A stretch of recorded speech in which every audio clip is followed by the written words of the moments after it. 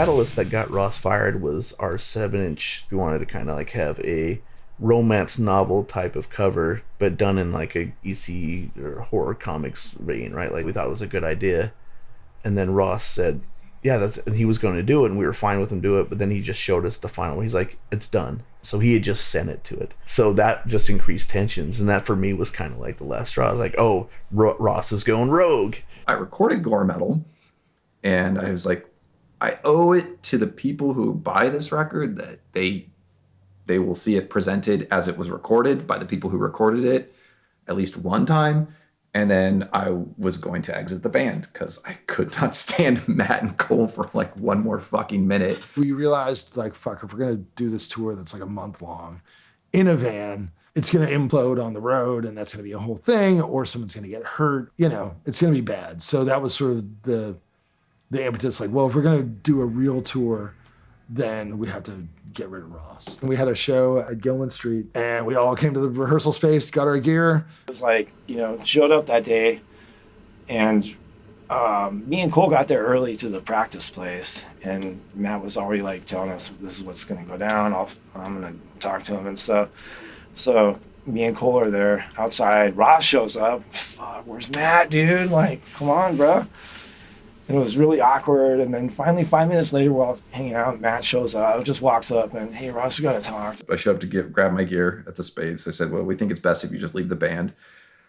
And I said, okay. And I just silently grabbed all my stuff angrily, you know, with tension, and drug it down the stairs myself and threw it in the back of my truck and went home and got really drunk. Conflict resolution was not our strong point.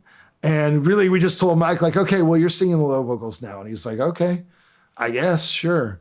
And we had agreed to do this tour, you know, like it was probably like a month and a half later or something. We had no bass player, no real idea of what we were going to do. I walk this hallowed ground. This such of what I need. The earth may have swallowed the stinking cords, but it's about to be.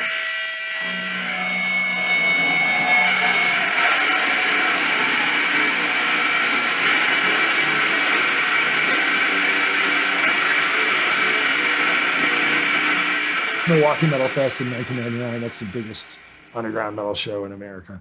And I think we played like right before Nasm, which was kind of intimidating.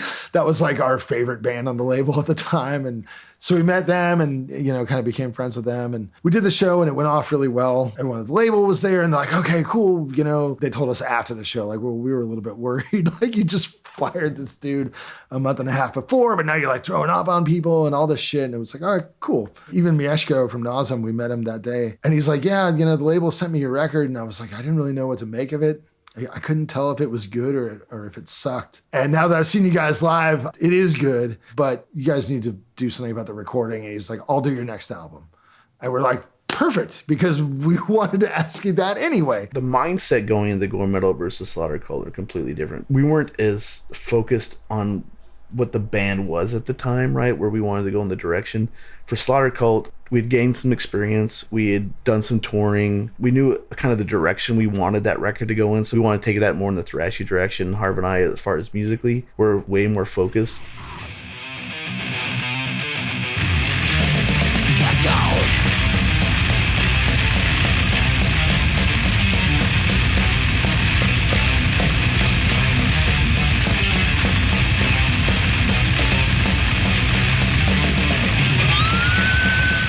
And then one thing too about Slaughter Cult, I did all my vocals on my bicycle in front of a microphone pedaling, because at the time I noticed when I was biking I can kind of access a different area in my torso and get these really super lows. So I was like, dude, you guys, I borrowed a bike trainer from, you know, somebody at work.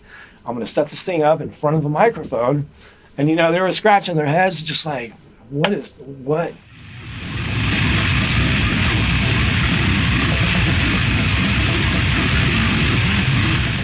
How are we going to make that work? And Mieszko, you know, he was like, dude, it's cool. We'll just put a gate on it so you won't hear the bike, you know, between lyrics and stuff like that. And it just worked right away.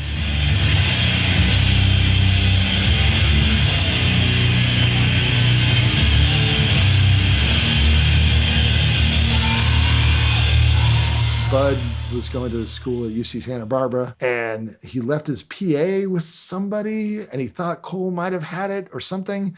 So he called Cole, and he's like, hey, do you have my PA? And Cole's like, no. Then Cole says, like, oh, actually, like, Ross left the band. We need a bass player for a tour we got coming up. Would you be interested? And I was like, oh, maybe. And he's like, all right. And he gave me Matt's phone number. So I call Matt. At the time, of course, we had bullet belts and spikes and all this stuff. And Mike had the chainsaw. And, Ross is always the more sort of performer of the band, He was the guy that would do the more gimmicky stage stuff. And, we're like, well, what are you going to do? Remember Matt asked me, it's like, so you got long hair? I'm like, nah, dude, I just shaved my head. My hair is, I got no hair. And he's like, well, yeah, man, well, we got somebody else in mind that has long hair. I'm like, oh, okay. I can bomb it on command. I can do that. He goes, would you do that at the shows? I'm like, yeah, sure, man. And he goes, okay, you're in.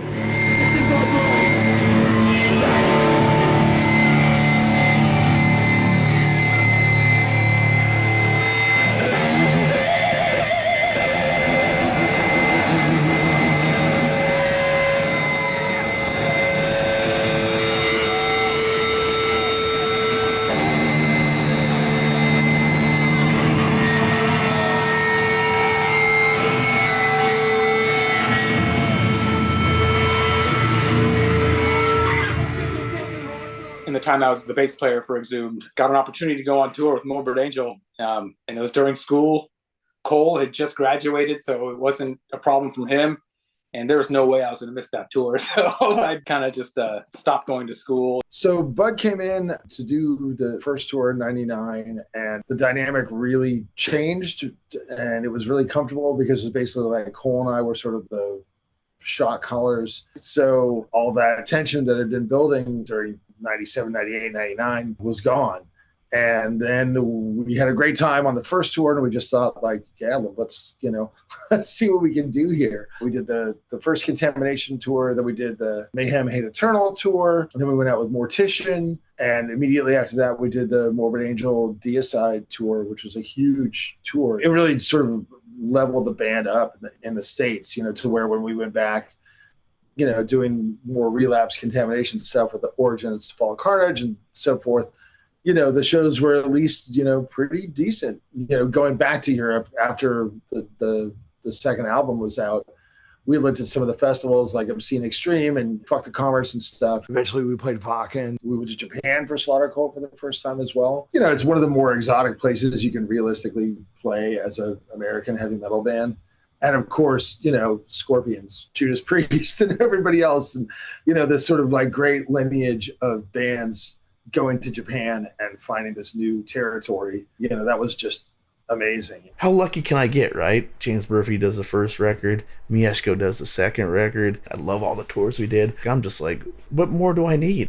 I was happy with the reviews for Slaughter Cult, but I wanted to make an album that people wouldn't be able to sort of slag off as just a bunch of noise, a bunch of racket. So that was sort of a big part of the motivation behind trying to get more sophisticated.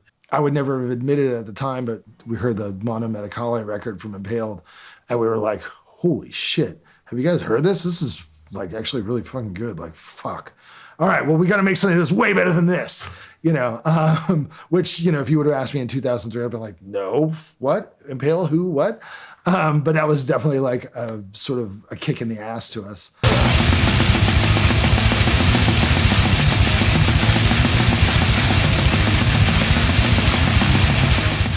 It wasn't an official Impaled versus Exhumed rivalry, but I do think that there were definitely some hurt feelings. I kind of remember I was working on lettering for Gore Metal with Matt. I was doing the lining, and he was doing the fancier letters over it. And I got the call, and I said, yeah, sure, that actually sounds like a lot of fun. Like, I'd love to do that. And Matt was like, well, what was that? I was like, oh, yeah, Leon just called me, asked if I'd fill in with Impaled. And I swear, it's like a cat. You can see when a cat gets scared and all the hair goes up on their back, or they're angry. And I could see Matt's cackles just rise right there in the moment. As much tension as we were having already, I think that tension was somewhat mitigated by the fact that I was Exhumed. And then I kind of came into my own as a person and as a musician, where another band actually wanted me to play with them. And I think that really chapped his hide, which I was delighted to do. It was a weird time as far as, you know, the band and Ross. He was already doing Impaled before he left the band.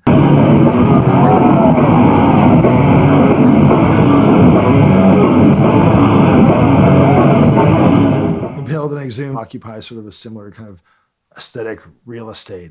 And it was something that I felt very defensive about. You know, you understand your subtle nuances as a band and why you're different from another band. And when you read a review where somebody says, oh, Impaled is just Exhumed Jr. or something like that, you know, it makes you feel like you're wasting your time. The first 7-inch cover from Impaled, like, it featured like a dead poser, and he was wearing an Exhumed shirt, because I thought that was funny. I tried to keep it low in interviews, but of course I was going to do these things to needle these guys. There was like a song title they had called Theater of Operations. I think they were going to have on a record. And then we had come out with Operating Theater.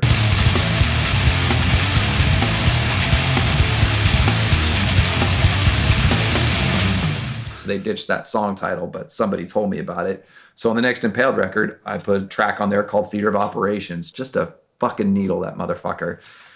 And he got it. He understood, and it pissed him off. And that was exactly what I wanted to do. Sean of Impaled and Ghoul and Leon Del Marte, they were living together at the same time in San Francisco. I always go up, crash with them, and drink beers, watch Rambo and stuff, and just hang out. And I did vocals for an Impaled show one time at like 12 in the afternoon because they didn't have anybody, and I was crashing out with them one night. And it was just always great. And then, you know, Ross kind of was in the mix, but there was no like uneasiness even when I saw him, you know? I mean, it is what it was. Mike was like, oh yeah, Impaled's great, man. Have you heard this tape? It's really good. And we're like, yeah, it's good, whatever. You know, we kind of felt like it was like a Metallica Megadeth thing, you know. It's like Mustaine gets fired, starts other band that is, you know, not so different than Metallica and sort of set on a similar course. But it was always like, you know, all right, well, Sean and Leon are cool, but yeah, fuck Ross or whatever. Bud is a music major in college when he was still going to college back then. And he's a phenomenal guitar player, like way better than I'll ever be. I play guitar hours and hours every day. That's how I learned the majority of what I know, is just stumbling upon scales. And then just thinking about, you know, I play this right here, what happens if I move it over here, and how do I play the same stuff? It was on one tour, and it was my turn to drive, and we're driving all night, but Matt stayed awake. We were just talking guitar and basically just kind of just telling him everything that I was learning in school, you know, just, it's like, oh man, like learning intervals, you know, just memorizing the way the intervals sound. I was like, holy shit. And so then we did the next record, which was Anatomy is Destiny. All of a sudden, I was like, had the zeal of the newly converted. Like, look at all these neat tricks I can do.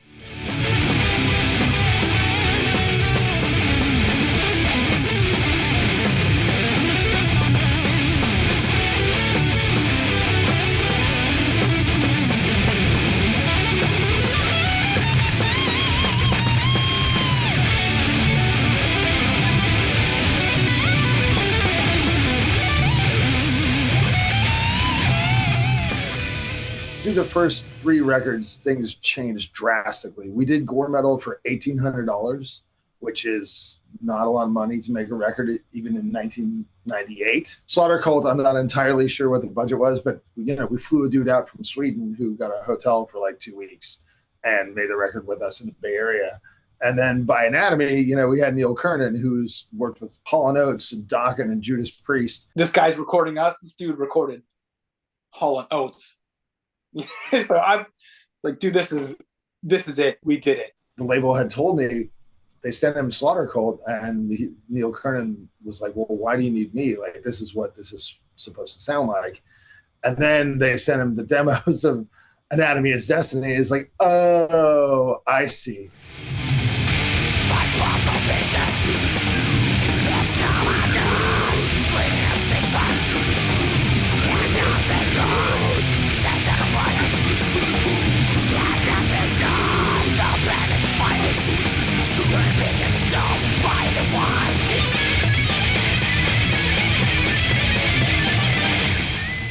Slaughter Cult was a lot of fun because it was more like just straightforward, and we got to, you know, record with Mieszko and stuff like that. But I knew that Anatomy was probably going to be my last record, So I wanted it to be a little bit like give it my best effort, right? This is I'm going to put everything I can into my playing into that record. It's like some of those guitar parts are really hard, man. I remember, like Mike Beam's just getting super frustrated sometimes. Yeah, Anatomy was really crazy. Put me to the test because I did 2 of his tracks and 2 of my tracks. So there was the playing. I like the songs that I wrote for Exhumed, the Matter, Splatter.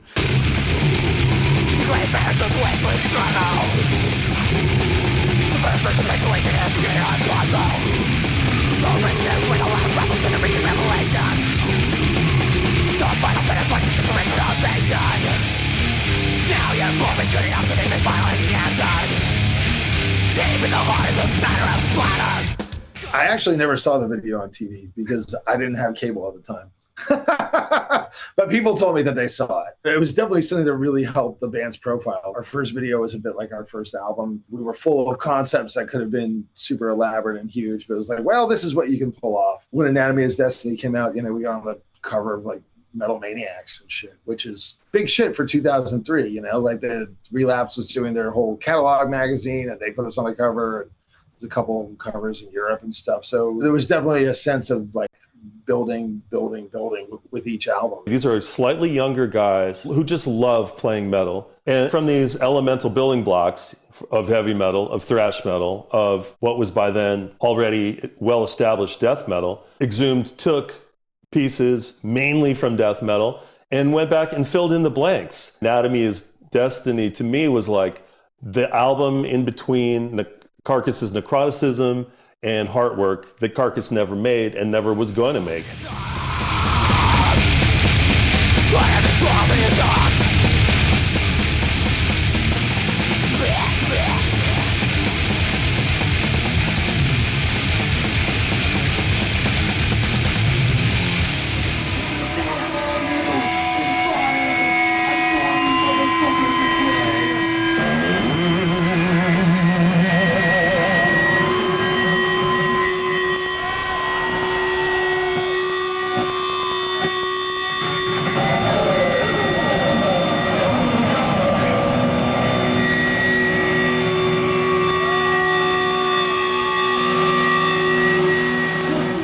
So we did that record. We worked super hard. We rehearsed our asses off. We did all this shit. Then it was like Cole graduated from college. And I kind of thought, well, at least, we'll have a few months to like really promote the record and this and that. And he's just like, nah, I'm going to quit now. I was like, what? Music was never a goal of mine. I never had a desire to be in the band. From a very young age, I was really interested in science, and science is something I wanted to do. I wanted to be a scientist. He was a chemist at heart, Well, the first show that we played, New Jersey Metal Meltdown or something like that, he had to take all his homework and his books with him, and we'd be up in the hotel room and he'd be on the bed, So he was a really devout chemist. We knew that when I graduated college, that was the end of Exhumed. It was just kind of known. Like, because I was going to go, my next step was going to go, I was going to go get a job. It was one of those kind of things that but you don't really accept. It always seems like it's eventually. Knowing him for as long as I have, I should have anticipated that, like in hindsight, but I didn't really, it hadn't sunk in what that meant. We played this last show in Germany. The only time I played any Anatomy songs, I was terrible after that show. Like Matt was kind of holding on, like maybe something will go on, right? But after that show, he's like, yeah, I think this is where we're going to be done. What we did was just kind of like stop practicing together. It's just like, I guess we're not going to practice anymore because we're not going to write any more music together. And that's kind of how it ended. And I started working in the industry. The day he announced it, I was all shroomed out. And it was kind of weird. I was like, wow, this is kind of weird. This is kind of a big deal, man. Like, man, dude's quitting. Wow. It kind of hit me. And I was supposed to meet up with some dude that day, and he called, what's up? I'm like, oh, sorry, bro. Like, but... And when he quit, Bud was like, this is a good time. I'm going to quit too. And I was like, wait, what? I was just kind of sick of playing the bass. We'd go on tour and not have a guitar to play for a long time. And that was kind of bummed me out. I would ask, either Matt or Mike's like, hey man, can I play your guitar for a little bit? Sometimes they say, yeah, go for it. But, sometimes they say, man, my strings are kind of getting old. I'm worried about breaking a string. I'd rather, just nobody play it. And we were all poor and we, didn't have money to go buy strings all the time. Now I understand, but at the time it just sucked.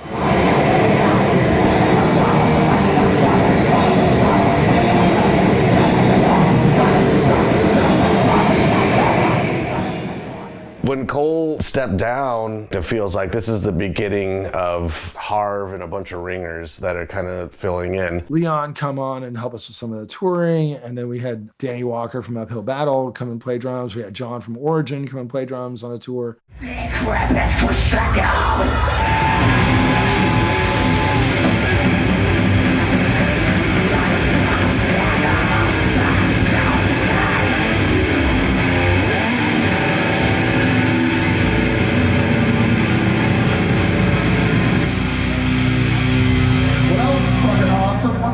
John? That was the radio went in. John! What the fuck, John?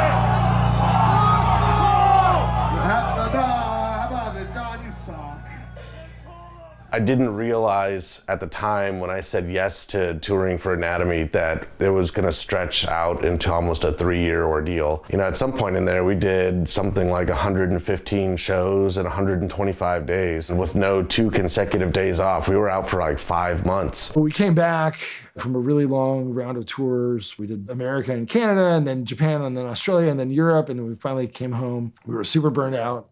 I found this guy, Matt Connell, who had played in Fuck the Facts in Canada, and he wanted to play drums in the band. I was like, all right, cool. He seems pretty good, We definitely had kicked around the idea of doing covers because we were doing covers on tour. And also by having a CD full of covers, we could draw any one of those songs into the set and you could just turn your fucking brain off and just play it, sleepwalking on stage.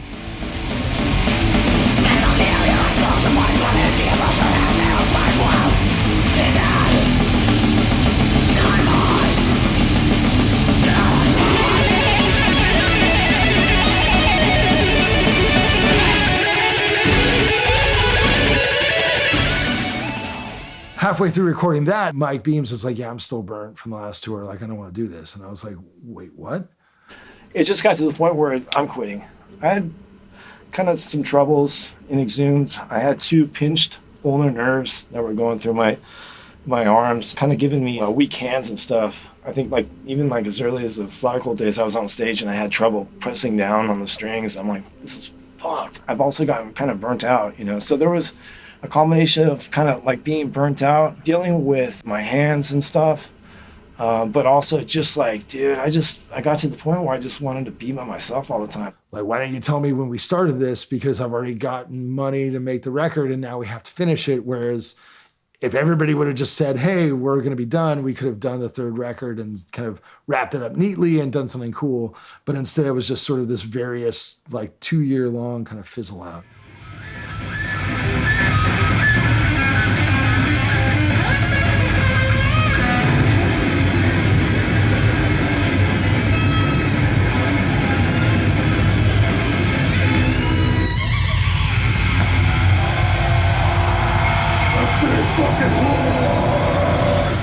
It wasn't the same band, like what Cole and Ross and I had started and then what Cole and Mike and I sort of continued.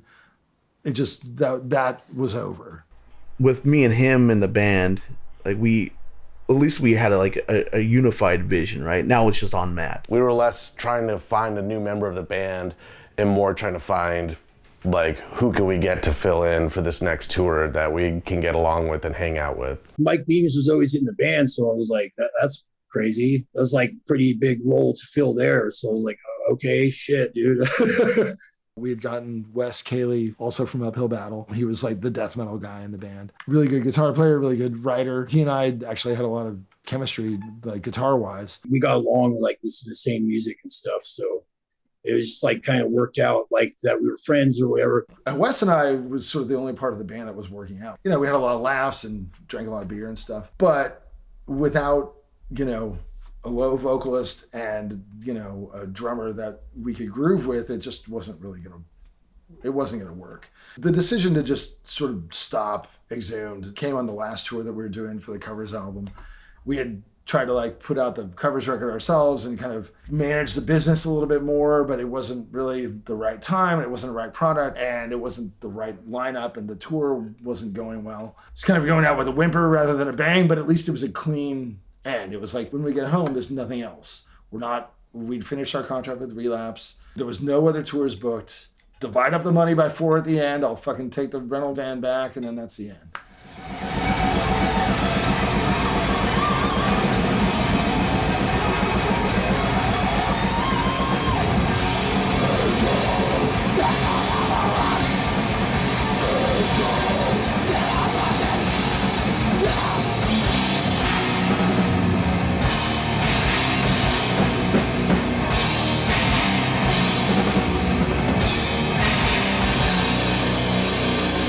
I mean, one of the things that was helpful as things changed is that right after Gore Metal, I had started working at Necropolis Records in Fremont. I was very sort of enmeshed in the flow of how things work. I would talk to journalists all the time. I would talk to people at the retail level all the time when that was a really big thing. That was sort of my job there was direct sales to retail. So I was talking to people at the record stores. I was talking to people in the press. Because Ross had handled so much of that before Gore Metal, I knew that if I was going to be the guy to take it over, that I needed to at least have some grounding in what the fuck was going on. I think it wore on Matt because he had the burden of being the guy pushing the band forward and kind of keeping the momentum going while also finding new people, teaching them the songs, and just making sure that, you know, things were still happening. It felt a bit lonely, you know, for sure. Just sort of being like trying to get something going with this, and there was just no momentum there. You know, I remember there was some tensions. Leon saying something like, "This is your guys' problem. Like when I'm done, I'm moving to LA anyway. Like whatever, you guys fucking figure it out. I don't want to be bothered with this shit." I was like, so he's got the right idea. And then a couple of days later, we were just playing the show, and I want to say it was in Baltimore. I can't remember exactly, but it just wasn't a great show. And as we're playing and we're kind of going through the songs, I just was standing there in the middle of the song. You know, sometimes your just brain goes somewhere else when you're just playing. And I was just like, yeah, this is it. Like, fuck this. Just, I'm done. Everything was just kind of weird. It seemed like it was falling apart for some reason after the end of the tour. So Matt was like, hey, I think I'm just going to put it on hiatus for a while and just like do some other shit or whatever. It's like, okay. When the band actually ended, I kind of thought maybe it was just sort of a off-the-cuff message. Matt saying like, you know, it feels like Exhumed is a band with too many patched on and replacement parts and I need to take a break. In my heart of hearts, I just wanted that to mean that we're gonna take a month or two off and then we're gonna get back at it or something. But I think for Matt, it was literally more final for him and that he really didn't have any intention of going back to Exhumed. I mean, certainly some sadness. I wasn't surprised because, you know, everything changes, people's lives change, everything goes through different phases. They had a great run at that stage. And so, you know, like I said, I was bummed because I think they're awesome. Even then I was like, let's just say hiatus because it's really corny when bands like, we're broken up. No, we're back. And I was like, so we'll just say indefinite hiatus. But I had no intention of doing it again at the time. But obviously, you know, saying hiatus proved to be the right. That was a rare moment of wisdom on my part.